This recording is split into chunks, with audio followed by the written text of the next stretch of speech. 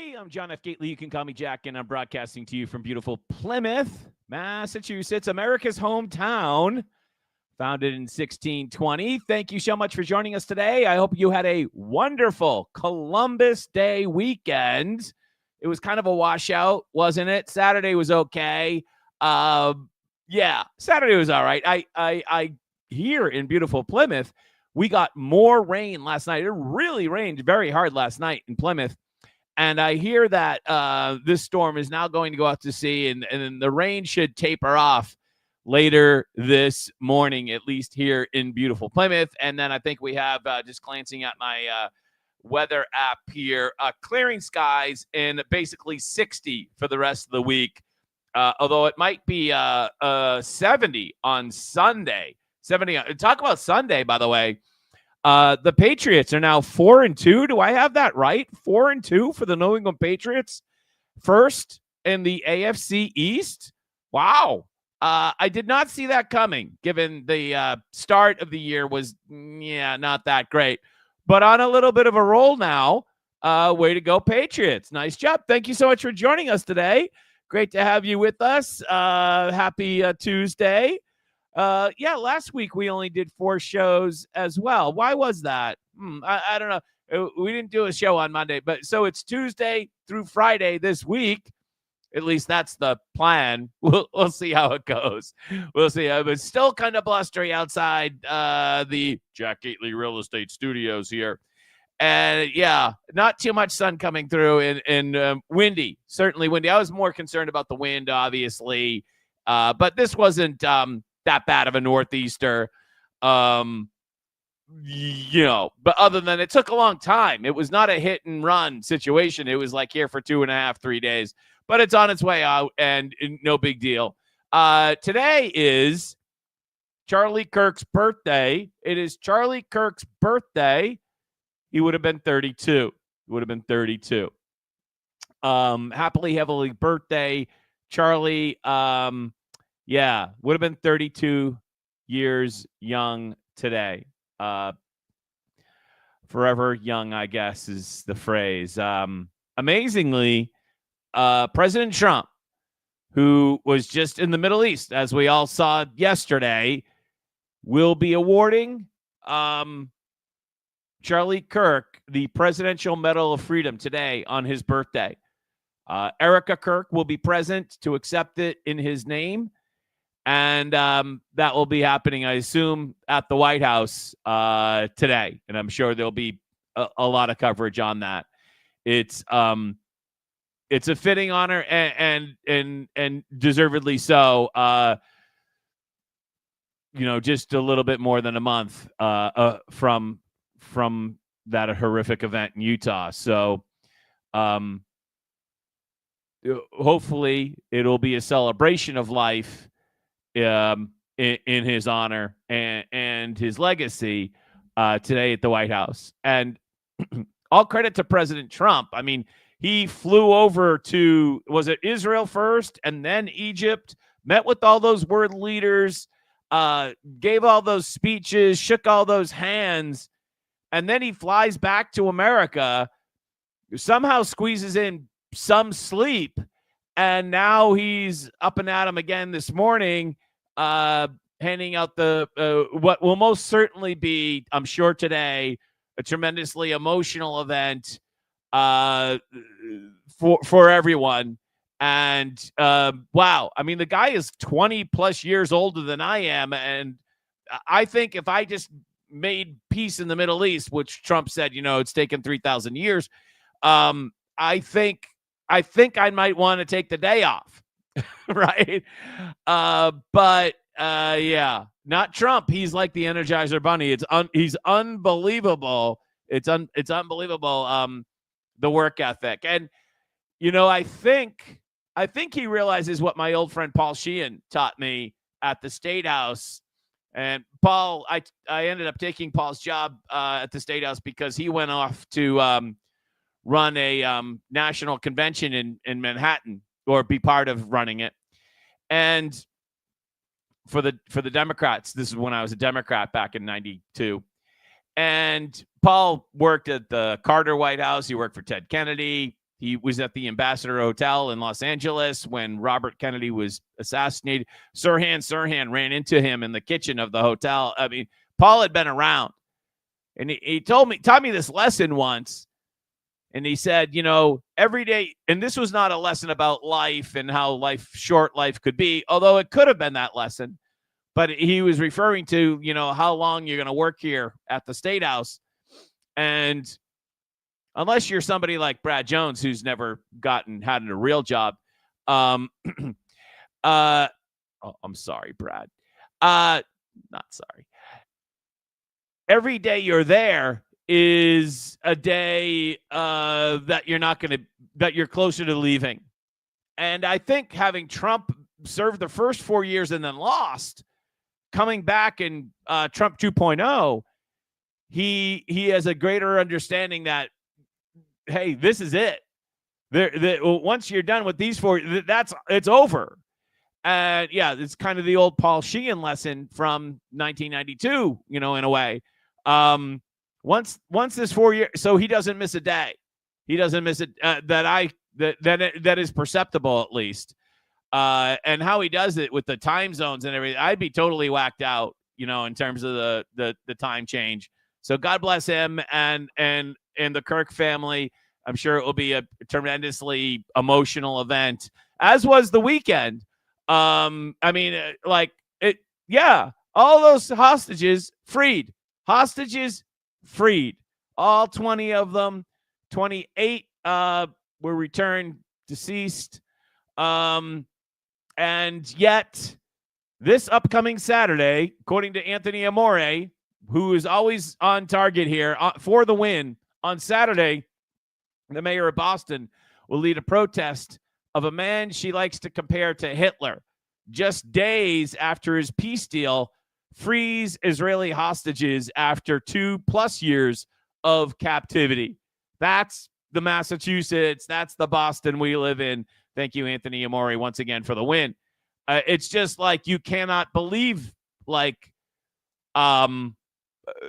insanity that goes on here in Massachusetts. Remember, I know it's hard but us normal people, remember, nationwide, we're in the majority.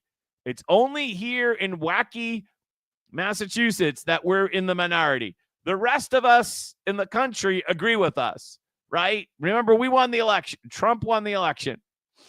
And again, in terms of solving this problem in the Middle East, I think Northern Ireland lays a blueprint for that, because it's very difficult. It's very intractable to solve a problem when both sides consider themselves to be the minority. And let's just talk about Northern Ireland for a quick second.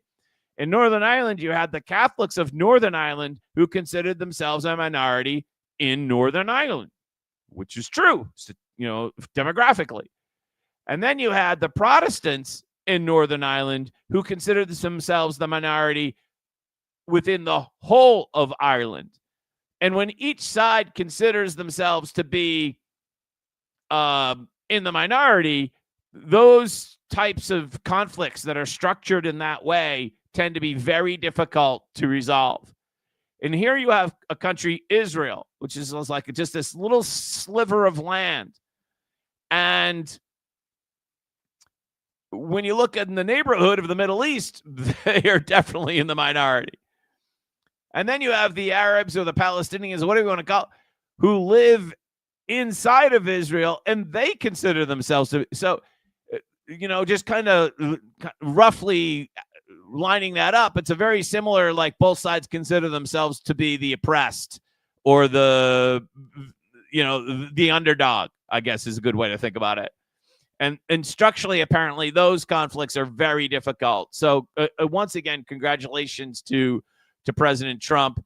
I was watching it, and as always, I always ask myself, what's not happening? I see what's happening. Everyone's talking about what's happening, and it's obvious what's happening. I always ask myself what's not happening, and I said to myself, where's Netanyahu and where's Hamas? And I guess Hamas had their proxies there, their state-sponsored proxies, because without money from these state-run governments, Hamas is basically nothing. So there was not one person from Hamas, but their sponsors.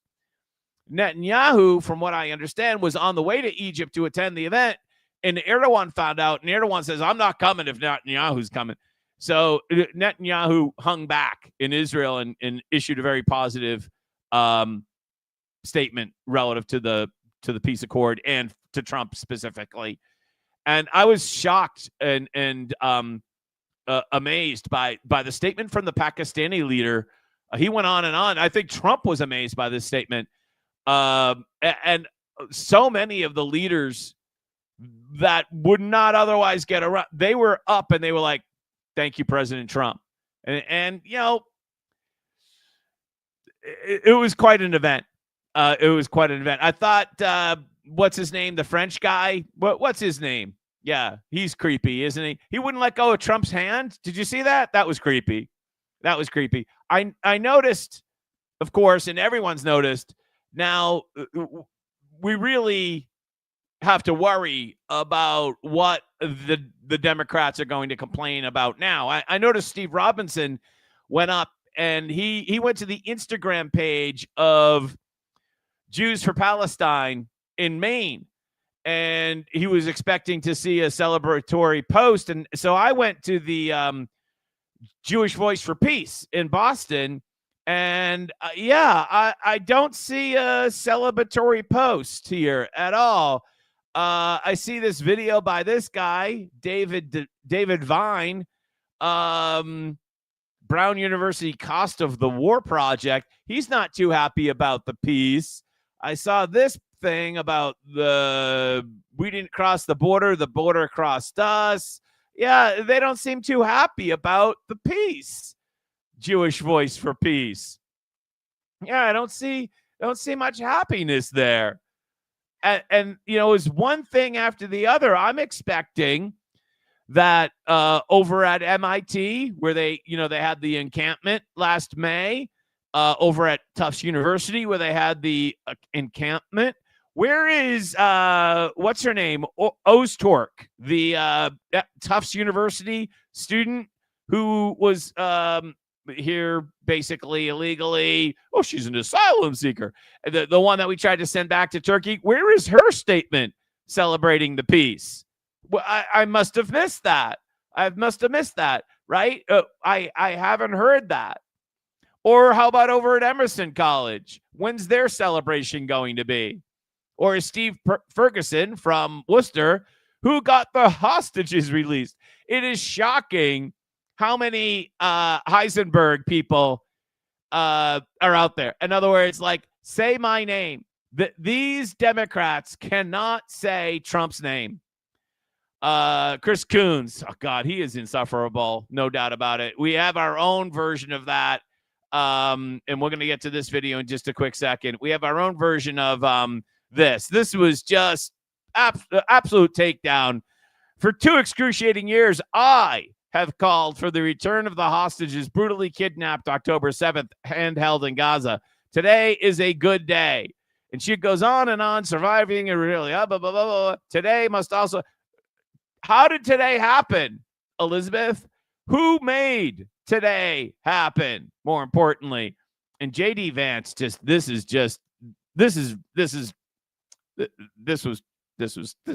hurt. The president told me he did this on Indigenous Peoples Day in honor of you. Oh my God. Yeah. That is just brilliant. Let's see here. We have the explanation of why they won't Peace Prize for the bombing of mention Trump's name. Palestinians has stopped. The Israeli hostages are home. Thank God. Now, here's the thing. Obama, Bernie, and Pelosi have all acknowledged the progress, but look at their statements. Do you notice what words are missing?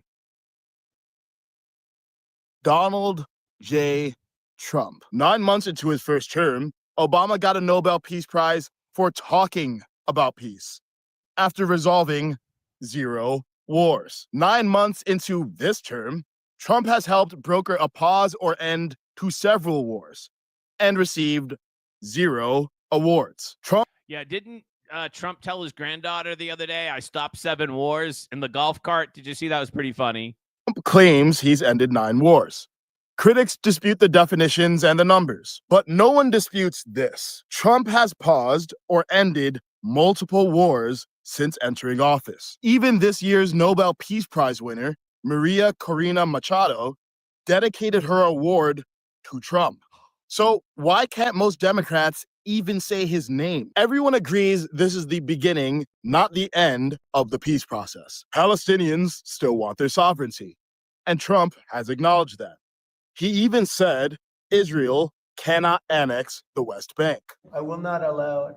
It's not going to happen. Did you speak with Netanyahu about this? Yeah, but I'm not going to allow it. Whether I spoke to him or not, I did. But I'm not allowing Israel to annex the West Bank. The plan for Palestine isn't perfect, but it is progress. Tens of billions pledged to rebuild Gaza. Progress. Direct negotiations on Palestinian self-governance. Progress. A 2-state horizon. Progress. None of that is guaranteed, but no guarantee was ever going to come right after Hamas killed and kidnapped civilians at a music festival. So in the meantime, what moves everyone closer to sovereignty and safety? And that even doesn't properly describe the scope of what happened on October 7th. It was more than just the music festival, but nonetheless, setting that aside, I think the most important part of that is progress, right? Progress. And where are these people? They can't even speak Trump's name. They can't even speak Trump's name. Scott Jennings over on, God bless him, I don't know how he does this, in the belly of the beast, explains more. He's been the most hyper-political and hyper-partisan post-president we've ever had. He's still acting that way. They're not over the fact that Donald Trump won the national popular vote last year. And they keep warning about the same things that they were warning and fussing about during the campaign, to which the American people then responded to. I think Donald Trump is executing every part of his agenda in almost exactly the way that he promised he was going to, up to and including enforcing laws in the United States that have been on the books for a very, very long time that his predecessor chose simply not to execute. You throw that on top of the fact that he's having this extraordinary success on the world stage, and I just think Democrats from Obama on down are having a heck of a time understanding where they went wrong and how Donald Trump has captivated a nation and now the entire world. Except for Massachusetts. Here in this crazy bubble, you go to any other state, go to almost any other state, and you land in Nashville or wherever, right? Durango, Tempe, Tampa, almost anywhere but Massachusetts or California, or some sprinkled parts of the upper Midwest, Ann Arbor, or some crazy place like that. You go to almost anywhere else in the country, and it's like things are normal. Except here in the allegory of the cave that we live in here in Massachusetts, where Trump is the most evil person ever to exist. We all know that because we're told that every single day. Yeah, it's just unbelievable. Wow, so many of you have reposted this stream this morning. That's so thank you. So very nice of you. Great to have you here on this blustery Tuesday morning. Thank you so much. Let's see. Buck says, Trump will never get the credit. They just can't admit it. Yeah, I think that is true. Buck says, MAGA, how do you pronounce that? Massachusetts isn't getting any better. And we're going to talk about the Massachusetts economy in this show here, Buck, coming up, because it's we're teetering here a little bit. Mascanistan, I think is how you say that. I'm not sure. Yeah. And of course, the protesters always forget to mention how Hamas uses human shields. Yeah, somehow that slips their mind. Yeah, somehow that slips their mind. This slipped my mind. This event, which is tomorrow, somehow I didn't find out about this until I think maybe it went by my screen sometime last week. I don't even know who's sponsoring it, but D-Zog is speaking at it. At this point, she'll speak at the opening of an envelope if it has to do with the audit. So tomorrow there's an audit rally at the State House, rain or shine, and it does look like more like shine. Tomorrow at 12:30. I don't know if I'm going. Not sure, but that's tomorrow. I don't even know who's sponsoring this. Tomorrow at 12:30, the audit, bipartisan speakers, including D-Zog, tomorrow at 12:30 at the State House steps. So somehow I missed that. Maybe I was asleep. I know that I will be at the Massachusetts First rally tonight at 5:30 at the American Legion in Dedham with RNC Chairman Joe Gruters. I will be there. I hope that you will be there as well. Tickets are as little as $25. Come support the Republicans here in Massachusetts. And sponsored by, amongst others, Brad Wyatt and Sheriff Hodgkins and many, many others. So that'll be tonight at 5:30 at the American Legion in Dedham with RNC Chairman Joe Gruters. So that's where I'll be tonight at 5:30. I'm not sure if I can get to the State House tomorrow at 12:30. We'll see. I do have to share with you that over the weekend, I became the victim of a grave injustice. And there's this parody account on the internet that has been creating some videos, some comical videos, I'll grant them that, about Democrats. And they took my name, likeness, and image, or at least my likeness and image, and without using my name, they just called me white man. And they produced this image of me and put it in their video. And I am offended. I mean, first off, that doesn't look anything like me. That doesn't look anything like me. As you can see, I have way more hair than that. Way more hair. And I mean, how many chins does this guy have? This is a grave injustice committed upon me by the Beacon Hill Show. Right? The Beacon Hill Show, which has featured somebody that kind of looks like me in their video, and this must be avenged. I'll take one question from the press. You, white man, what is That's me, the white man. your question? Columbus Day was celebrated for over 300 years and made a federal holiday in Wait a second. I do not have a 50-inch waist. 1937. Why didn't you simply create a new holiday for the American That looks nothing like me. I am horrified. This is a grave injustice. Indian, which is deserved on another day? Our real goal was never to honor the American Indian. If we wanted to do that, it makes sense to do what you suggest. But our goal was to create division and kill Columbus Day. If you Oh, but it does. This video does explain something. The goal of Indigenous Peoples Day or Elizabeth Warren Day was not to celebrate Indigenous people. It was instead to sow division. Oh, so maybe the video is onto something, even though they did me dirty here in this video. They did me dirty. I don't look anything like that. But overall, the point of the video is they stole the holiday to sow division. And that's exactly what it's all about. Like, and again, look how bad they did me. They did. This is awful. This is awful. Whatever you do, do not get over and follow Beacon Hill Show 1. Don't do that. Oh, I'm following them. Oh, well, I have to follow them because now they're making fun of me. So this is political satire straight out of Massachusetts, the greatest clown show in America. Think South Park meets the State House Chaos. It is clearly labeled as a parody account.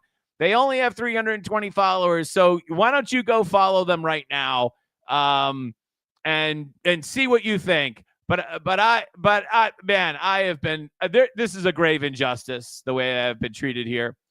I don't know if I'll ever recover.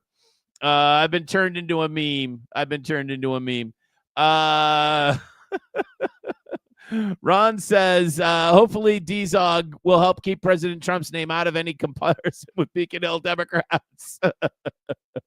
Thank you, Bill, and many others. Thank you so much for reposting. Yeah, I know it's crazy. Yeah, it is crazy.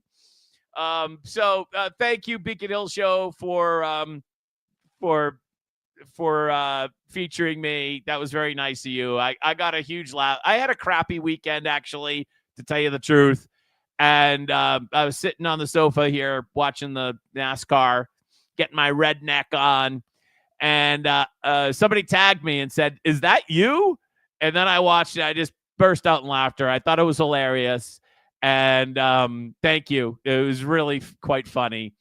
And my wife looked at it and was like, what is this? Because she doesn't understand. Like, she just thinks I yell at the camera, for an hour every morning. Yeah. So thank you. I don't even know who Beacon Hill Show is. I have a hunch of who they are, but I don't know who they are. But thank you. It brightened my day. It was hilarious. And here's some more good news from Jane Cornyn. Thank you very much for bringing this to my attention, Jane. Boston's Fenway Health, one of the nation's leading federally qualified health centers specializing in the care of LGBTQ patients, has ceased providing puberty blockers and cross-sex hormones to treat gender dysphoria in people. Can we use the word children under the age of 19? So, yeah, more winning. Thank you, Jane, for bringing that to my attention. And who is Benjamin Ryan? I don't know who that is. He's an independent reporter with mostly liberal tags like the New York Times, the Atlantic. Yeah. I'm not familiar with Benjamin. No, so I'm pretty sure the way he's reporting this, that it's bad news to him, but it's good news to any other rational person. Thank you, Jane, for bringing that to my attention. There was also this story yesterday that hit my inbox from the Lexington Public Schools from Mass Informed Parents, which is also a great follow on Twitter if you're not currently following them, Massachusetts Informed Parents, where I don't even want to, this is so, like, it's like, like, I don't even like to talk about this stuff. It just freaks me out a little bit. But they have kindergartners, this is just inappropriate material for kindergartners. Can I just put it that way? This is a pick from a book taught as part of kindergarten DEI lesson in Lexington.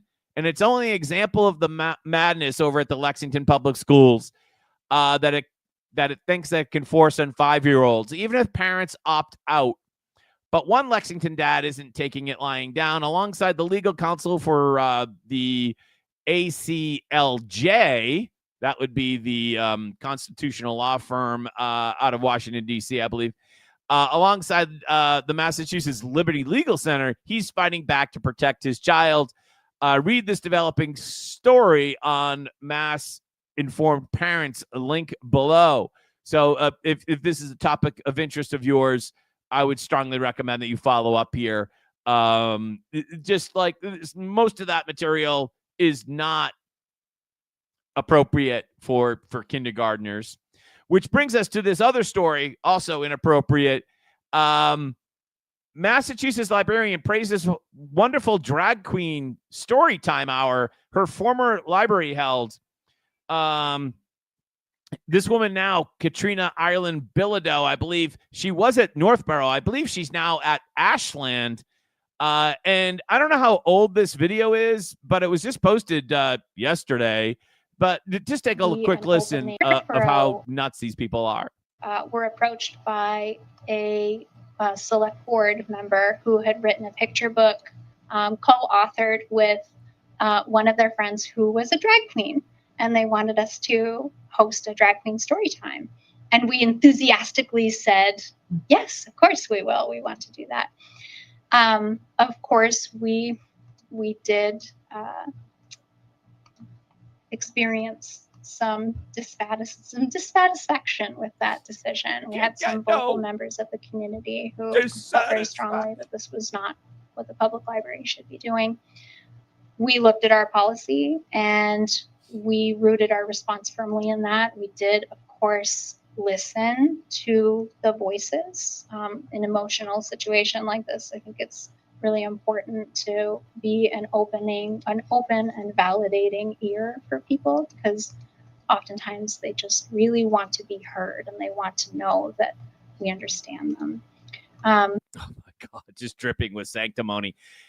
Here's the thing. Drag show story hour doesn't belong at the public library because it's inappropriate for children. In the same way that if you had the Chippendale Dancer story hour at the public library, that would also be inappropriate for children. In the same way, if you had the Victoria's Secret models, well, not the current Victoria's Secret models, but, you know, the classic Victoria's Secret model story, that is also inappropriate for children. Might be appropriate for me. But, you know, if Tyra Banks wants to read me a book, that's fine. But all three of those things are absolutely inappropriate for kids at a public library. And when you put it that way, this is not about whether drag queens are good or bad, right? It's what is appropriate for kids. You want to go to see a drag queen, you know, at a show as an adult? Yeah, knock yourself out. Yeah, you know how I am on that. Like, whatever you do as an adult, as long as whatever your kick is doesn't violate my thing, right? If I can sit here and watch NASCAR Sunday and you want to go to a drag show, what do I care? As long as you're an adult, you're not offending anybody else. But it doesn't belong in the public library. In the same way the Victoria's Secret models from 2005 don't belong in the public library reading books to kids, right? So it's mass. We're just so twisted. It's just unbelievable how insane this is in Massachusetts. It's just crazy. But I will show you something that is maybe even crazier. In New York, they're about to elect a socialist mayor. And Letitia James, who just got indicted for mortgage fraud, and have you seen who's living in her house in Virginia? Was celebrated at this giant event in New York City just last night for this Zoran event in New York City. Here's the reception they gave to the indicted Letitia James.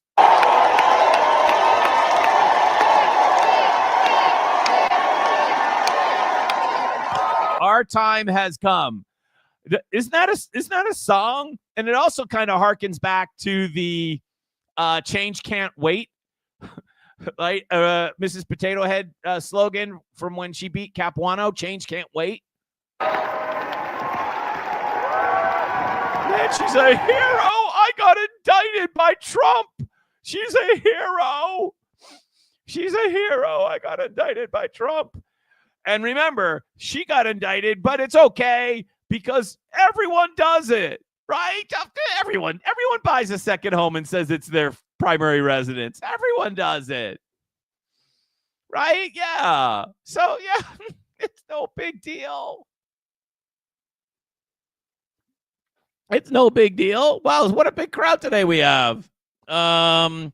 Somebody has a comment here. Ron says drag show story hours in public schools is weird. Also noticed the librarian used upspeak to explain her decision. Right. She's got the Valley Girl upspeak going on. Yes, I did notice that. Thank you. Thank you for pointing that out. Yes.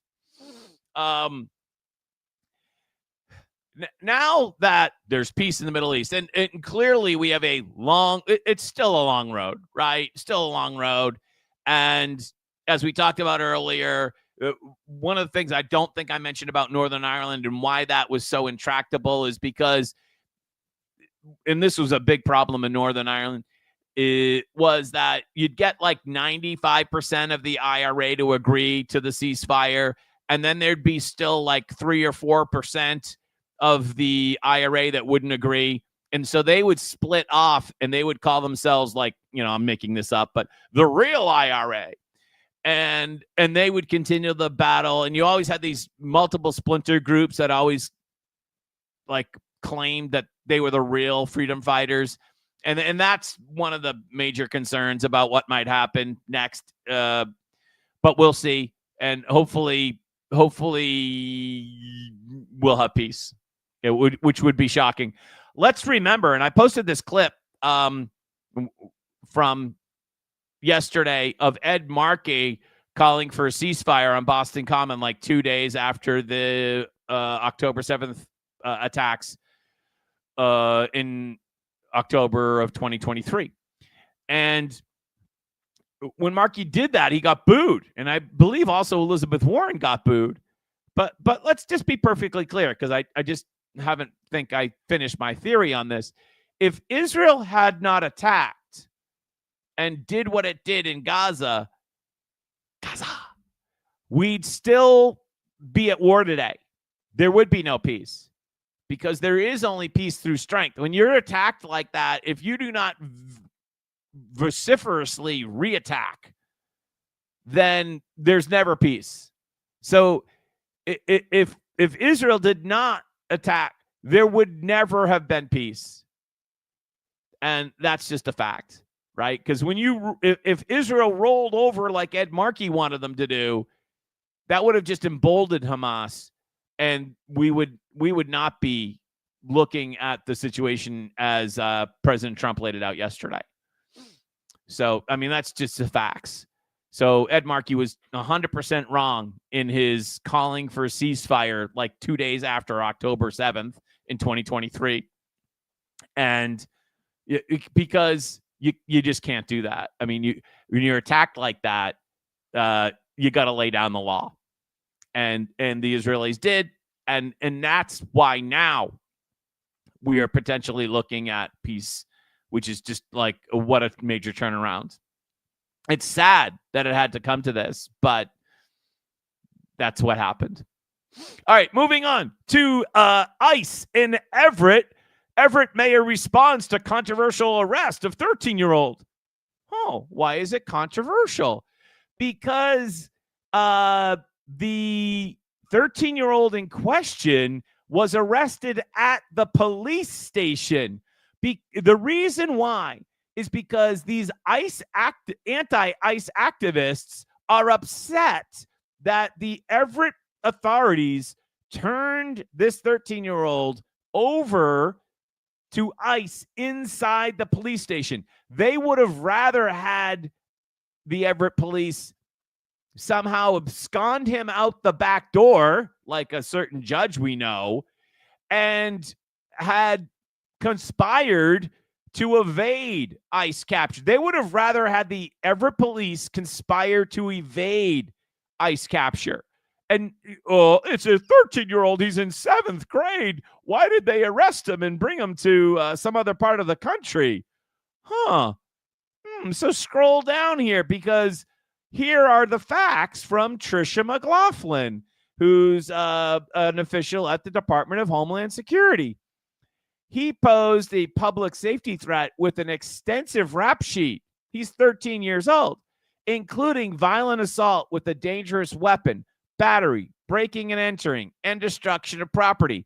He was in possession of a firearm, a gun, and a 6-inch knife when arrested.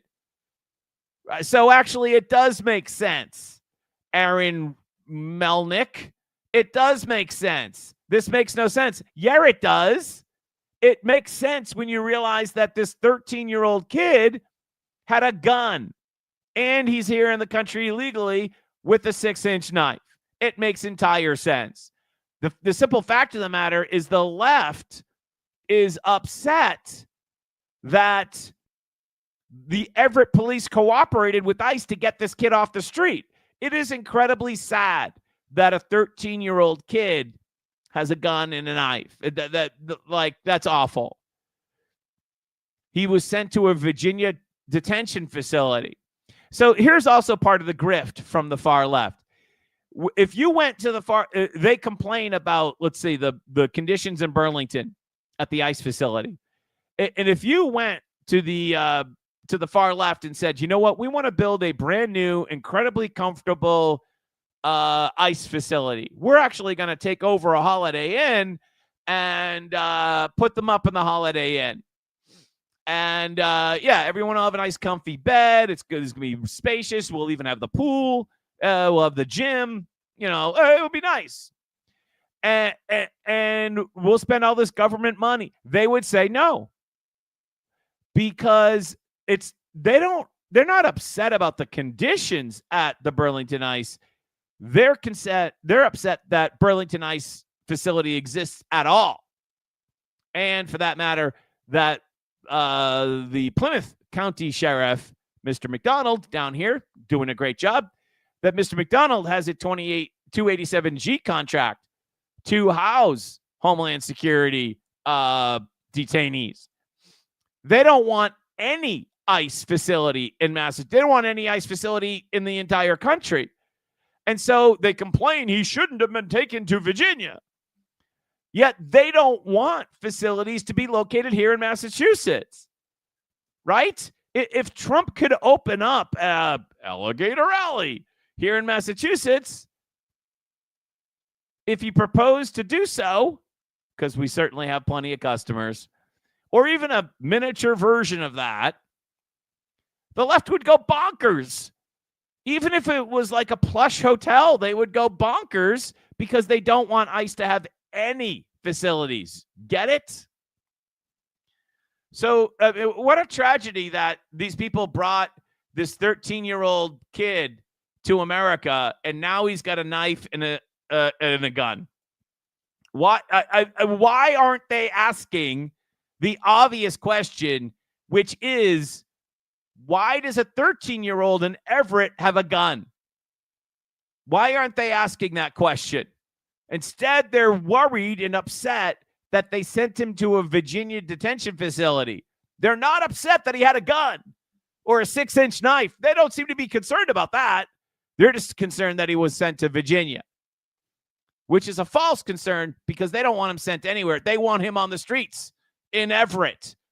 According to them, where this kid belongs is on the street with a gun and a knife in Everett. That's where he belongs, according to the Democrats. They don't want to, they have no problem with the gun because he's an asylum seeker.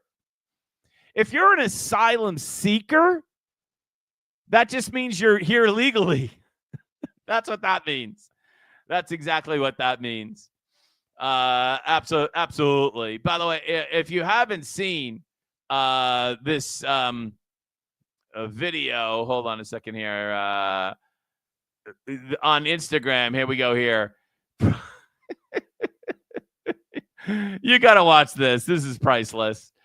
Gator. So that's what I'm doing. Ooh, you make me live when you have no warrant. Coming in at 3 in the morning. You're my sunshine. I'm about no political violence. Storming the Applebee's afterwards. You guys want to storm the Applebee's afterwards? No? All right. Ooh, you make me live. Whenever you come in your big mess, it's you with no warrant. I'm Gary the Guantanamo Gator. We're losing to these guys? We're losing to these guys? These nuts? This is who we're losing to? My God. What does this say about the rest of Massachusetts? This is who we're losing to. Where are the kids' parents? Oh, the kid's parents. He's my baby. He was turning his life around. New York taxpayers are on the hook for Trish's high-priced DC attorney who formerly represented Hunter. Why does that not surprise me, Bill? Oh man, really? Is that true? That doesn't this is an offense that she committed allegedly in her personal capacity. Why are the taxpayers paying for her attorney? I'm not sure about that. She's not being sued for her conduct as attorney general in New York. She's being sued or charged as under her personal conduct. So I'm not sure if the taxpayers are paying, but nonetheless, yeah, I see your point. There was something that I wanted to show here. Where was it? Oh, it disappeared. Oh, actually, just since we're on it, ever notice in Politico in their newsletter at the bottom, they always have birthdays. And look it's my old friend Pierce Haley's birthday. Hey Pierce, how you doing? Happy birthday. How does Politico know that all these people's birthday is? Do you think that people tell Politico so they can get mentioned in the newsletter? I don't know. Hey Pierce, happy birthday. Yeah, I don't know how they get mentioned there. That's interesting. Let's say something nice about Mike Keneally. And look at this. Unlike Maureen Healy, I'm running on the issues that truly matter to the people of Massachusetts. It's time to shed Massachusetts. Cut the income tax from 5 to 4%. Thumbs up if you agree. Thumbs up, Mike. Let's cut it. Let's also cut the sales tax while we're at it, right? Let's cut the sales tax back to 5%. And how about no tax on tips while you're at it, and a couple of other 90 things while we're at it. Oh, and how about our electric rates, right? What about those electric rates? Let's talk about that too. Do you know that the governor is going to talk about that today? This should be some comedy gold right here. Governor Healy hosts a media availability. Is Mass Fiscal going to go to this? On actions to address energy costs with Secretary Tepper today at 1:30 at the State House. These people have no self-awareness. And unless she's going to announce that she's approving 2 pipelines, what can she say? What can she say? She's going to host an availability on actions to address energy costs? I mean, it's just a comedy. I mean, literally, this is a comedy show. You can't even understand what things are bad. Massachusetts is stuck in an economic death spiral. Brian Shortsleeve, 37,000 private sector jobs disappeared compared to pre-COVID levels. The cost of living is among the highest in the nation. Competitors states are eating our lunch. Taxes are high. Overregulation high. Solution isn't complicated. As governor, I'll offer tax and regulatory relief to strengthen our economy and make Massachusetts affordable. 37,000 private sector jobs have vanished since the pre-pandemic. Brian Shortsleeve again. According to Moody's, Massachusetts is currently at high risk of falling into a recession, or maybe actually already be in a recession, on the brink, according to Moody's, the rating agency. The Rip Snorter, which is the strangest name, but nonetheless, Massachusetts job growth rankings relative to other states' 12-month moving average. Ooh, look at that. Is brutal since Healy and Wu took office. Look at that. That is a brutal chart. These numbers are lower than, if I'm reading this chart right, lower than 2020 during the worst of COVID. Man, cut income tax to 4%, cut spending, jobs needed. Right. And what's happening is this is a very simple high school economics lesson, college econ 101, freshman college. What's really happening is so incredibly easy to understand, is that government spending is crowding out private sector spending. And how does that work, Jack? It works by increased taxes. The more, there's only so much money, and when the government siphons money from the taxpayers, me and you, and then spends that money, they suck it from the productive economy and give it to the takers. It's just what, and most of the takers are the government itself, right? The government everyone's got to wet their beak in this process. And Duncan Burns the other day, he had this chart, which I should have like printed out or something like that, because Massachusetts is way far beyond almost every state in the country in terms of the amount of money we spend in the welfare state. And and that's why we're where we are from an economy, because Governor Healy, Mayor Wu, all the Democrats are basically trying to buy people's loyalty, their vote, with government spending. And that's not only, the welfare queen, but it's also like labor unions, hold on again, air quotes, green energy, all of those tax breaks for corporate welfare for the alternative energy crowd, the whole thing. It's a gravy train, which is robbing the productive people like you and me and the grandmother that works the window at Dunkin' Donuts of our productivity and our ability to afford life here in Massachusetts. That's why we're so upset, right? Rip Snorter again for the win. Since 2021, over half of U.S. states have cut income taxes. Massachusetts was the only state, along with Washington, D.C., that did the opposite. Job growth cratered. This is not really a hard thing to understand if you took Econ 101.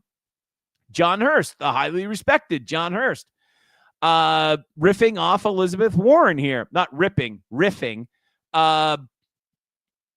Elizabeth Warren says, because of Republicans' massive health care cuts. I can't even play the video. But John Hurst says, I wish she was equally concerned. This is pretty harsh for John Hurst. I wish she was equally concerned about small business in Massachusetts, which get no taxpayer subsidies and are seeing 13% premium increases in January. That's about $5,000 on a $40,000 family policy. Yeah, ouch. Very, very painful, John. And thanks for speaking out about that. And he's been talking about that for quite some time. Let's see if there's any other comments here. We have a nugget of Wakeman wisdom. Bet the Globe will cover the governor's energy gaslighting presser. Oh, yeah. They'll be in the front row, Wendy. Absolutely. They will be in the front row. No doubt about it. In fact, I'm surprised that the Healy administration hasn't leaked the whole story to the Globe first. I don't think they've done that. They did that last week, right? Healy had some story, and the whole thing was in the Globe first, and then Healy had the press conference. I'm sure you noticed that. The story, I forget what story it was, but it's going to be comedy gold for sure. But the mainstream media, the lapdogs, the drive-bys, they'll all be in the front row, lapping up every word she says. No doubt about it, Wendy. Excellent point.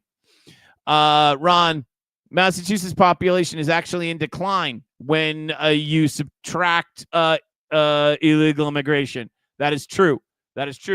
Compared to the other lower 48, we have lost population relative to the other lower 48, if except it wasn't for illegal immigration. You're exactly 100% right. And since we're talking about illegal immigration, you may have noticed that, and we talked about this on Friday, I believe, Mr. Minogue was on Keller at Large this weekend, and he had kind of at the end of the interview, which I'm sorry I don't have queued up, but I can read the quote. He had kind of a word salad a little bit at the end of the interview. And he said this: we want everyone to get health care. We also want to understand what are the requirements and what are the costs associated with giving health care to illegal immigrants.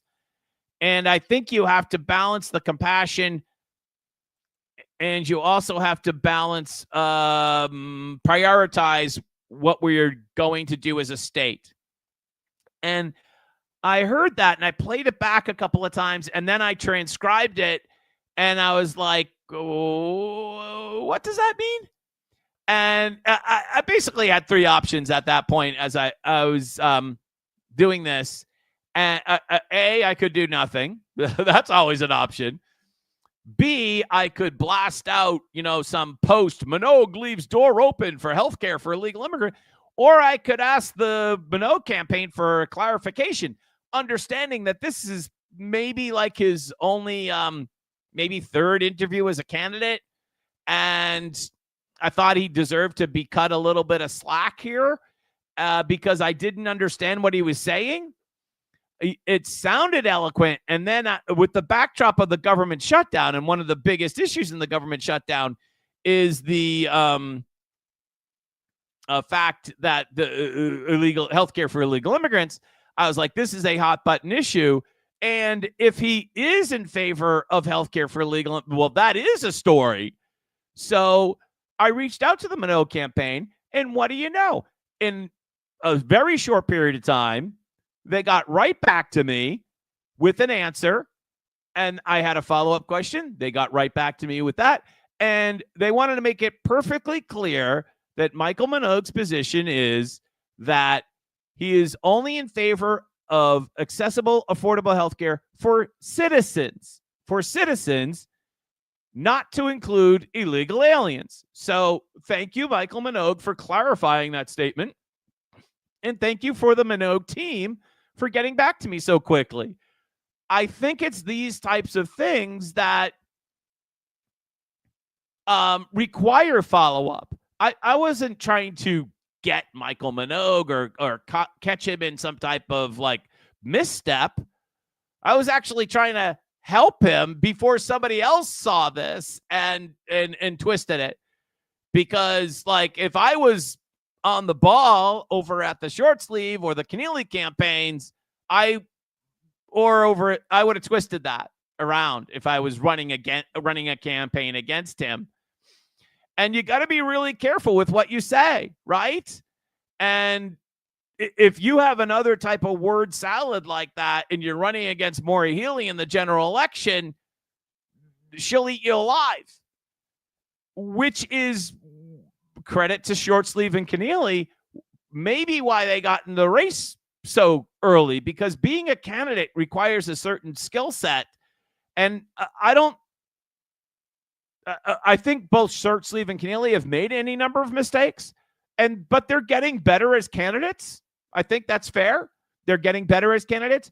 And Michael Minogue has never run for office before, and he's going to have a bumper in the road or two, no matter how much money he has. And by the way, I literally just saw his TV commercial on the morning news here. So you got to be careful with what you say, because that was kind of like, what did that mean? Keller ran out of time, and I think anybody would have followed up with him if they had time. But it's like a 10-minute interview. You're in, you're out. You didn't have much time. So slow your roll. It wasn't out to get him. And I didn't have anything negative to say about Mr. Minogue because somebody said, Jack always has a problem with all the candidates.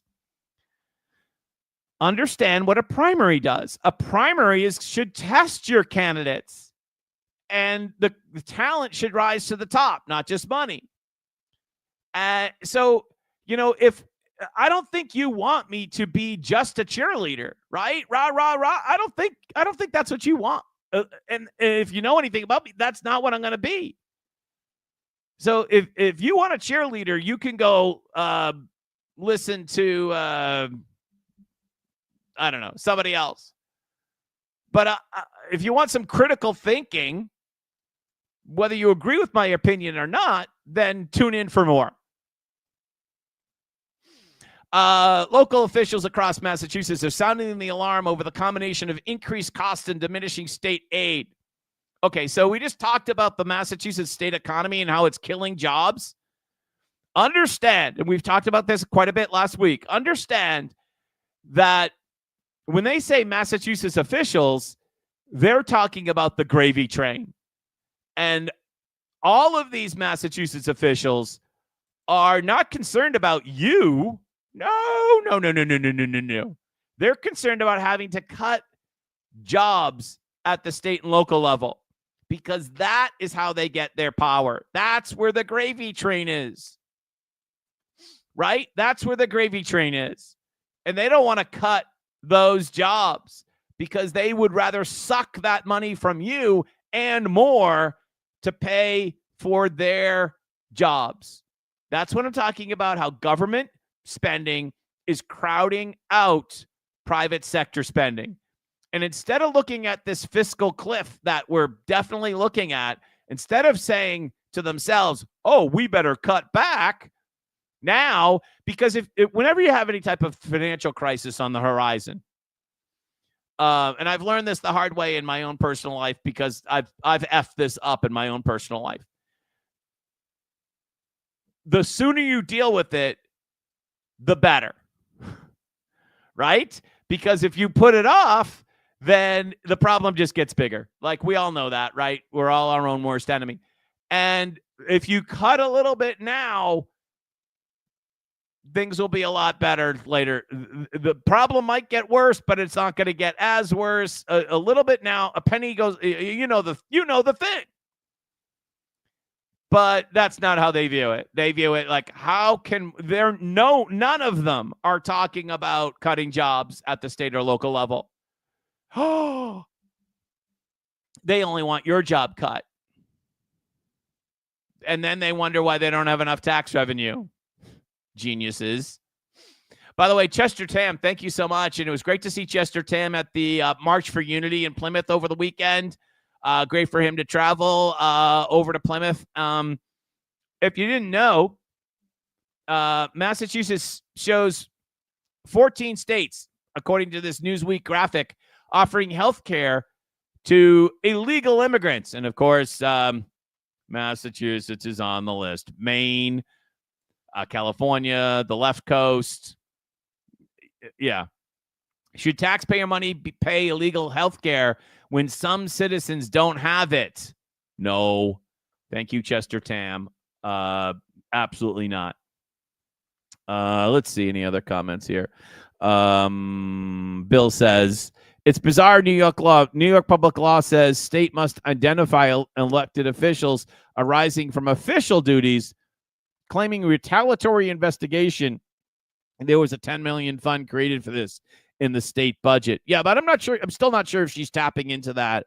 But it's worthy of looking into. I agree with what you're saying. I think people that are opposing Governor Healy just want the candidate, probably impatiently so.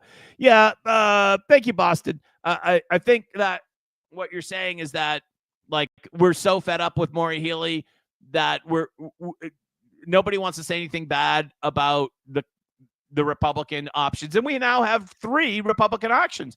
We're blessed with 3 candidates, which is great. And from time to time, I say good things about all of them, and from time to time, bad things about all of them. Critical of all. But, like, do you just want me to be a cheerleader? I don't think so. So, like, I'll just put my pom-poms on. Like, is that what you want? No, we're not going to do that story. Let's see. We will do this story because somebody in Chelsea just got red-pilled. Off the press. I think this is my second off the press video today. Residents of a deep blue Massachusetts city blast their city councilor for considering $1 million in taxpayer defense fund for illegal immigrants in beautiful Chelsea. Listen to this, like, who are rational in Chelsea, person from Chelsea. Councilmember Teshi woke up one day last week to post a video to his social media with his sunglasses on, cruising the road, and casually began to express to the public how he's going to propose $1 million request from taxpayers' dollars to provide legal assistance for undocumented immigrants. Our city is in need of so many other resources for community. This just seems very unfair, and the presentation of the video seemed very entitled. We have many other marginalized groups who are in Chelsea who are also overlooked. We have housing insecurities, we have infrastructure problems, high crime, drugs, prostitution, all going on right around City Hall every single day. We have a sub-police station that is rarely open for public assistance. And if you do the math, you would find out that Councilmember Teshi's request would serve at most a couple hundred people. His request is justified, stating Donald Trump is using taxpayers' dollars to pick up, and I quote, his community members. Well, I take offense to this because I am your community member. I am a taxpayer, and I'm far from looking like a Latino, so I'm not included in your community viral video. This is Chelsea. Chelsea. This is Chelsea. They're literally getting red pilled as we speak in Chelsea, as the city councilor has proposed spending $1 million to fund illegal immigrants. Legal funds. You can't make this shit up. Like, if you flew to Boise and showed somebody that video in Boise or in any other rational part of the country, they'd be like, what is wrong with you people? And Matt, you people are crazy, right? Right, John Featherston? Again, following up on this article that happened over the weekend, which might be Chris Van Buskirk's last story at the Herald, because now I think he's working at BUR. The No-Tell Motel, Holiday Inn. By the way, but just a little secret about I do love me some Pitbull. Like, I don't know, like I love Pitbull. Plus he owned the NASCAR team for a little while, which didn't hurt either. But yeah, I love Pitbull. Don't tell rapes of little girls, sex trafficking, EBT, and mass healthcare abuse, drug trafficking, Social Security fraud, the cost. Don't you think it's time she's held accountable? Thank you, John Featherston. Governor hides running shelter costs. No-Tell Motel. I wonder if anyone from the press, Wendy, is going to ask the governor about this change of policy at the press conference today at 1:30 when she talks about energy policy. I couldn't help but observe this two stories over at GBH. 3 Northeast states banned religious exemptions for vaccines. What about Massachusetts? And effectively, they're calling upon Massachusetts to eliminate the First Amendment exception for vaccines, the religious exemption, right? Which is enshrined, God-given in our First Amendment. And they're saying basically that Massachusetts law should strike that First Amendment right down. I was reading this story and the headline, and after I was done, I looked to see if there was anything else interesting on GBH. And what do you know? There is another First Amendment story over at WGBH. New felony charges for protesters spark concern with First Amendment advocates. So apparently the First Amendment advocates aren't concerned about freedom of religion. No, F your freedom of religion. They're only concerned about charges for anarchists. That's what they're concerned about. The simple fact of the matter is these people plastered flyers with a burning police car and then caused mayhem on Tremont Street in downtown Boston. they basically sponsored anarchy, allegedly. These people just don't want to have the government force themselves or their children to take a vaccine because they have a religious First Amendment God-given right. I'm not saying that you can't post the flyer, but when you post the flyer and then you act like you did on Tremont Street, those two things together are anarchy. You want to post that flyer, you have a First Amendment right to do it.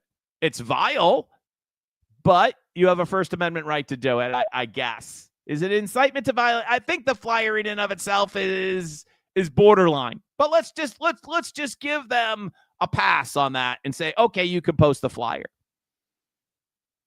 We'll bend the curve of justice to them and say, okay, it's not an incitement, it's distasteful, but you can post it. But when you combine the flyer with what they did, their actions, that's where the charge of anarchy comes in. But yet GBH is very concerned about the First Amendment for advocates, but not for people that have a religious exemption for vaccines. Just so that you know how GBH feels about the First Amendment. It only applies to some people, according to them. Great to be with you today. We've gone long. You have a beautiful Tuesday. If you're going to be in Dedham at the American Legion tonight at 5:30, say hello. And I don't know what we're going to have to do, but that was a grave injustice done to me with that caricature, and we're going to have to strike back somehow. Until tomorrow at 8 a.m., we'll see you later.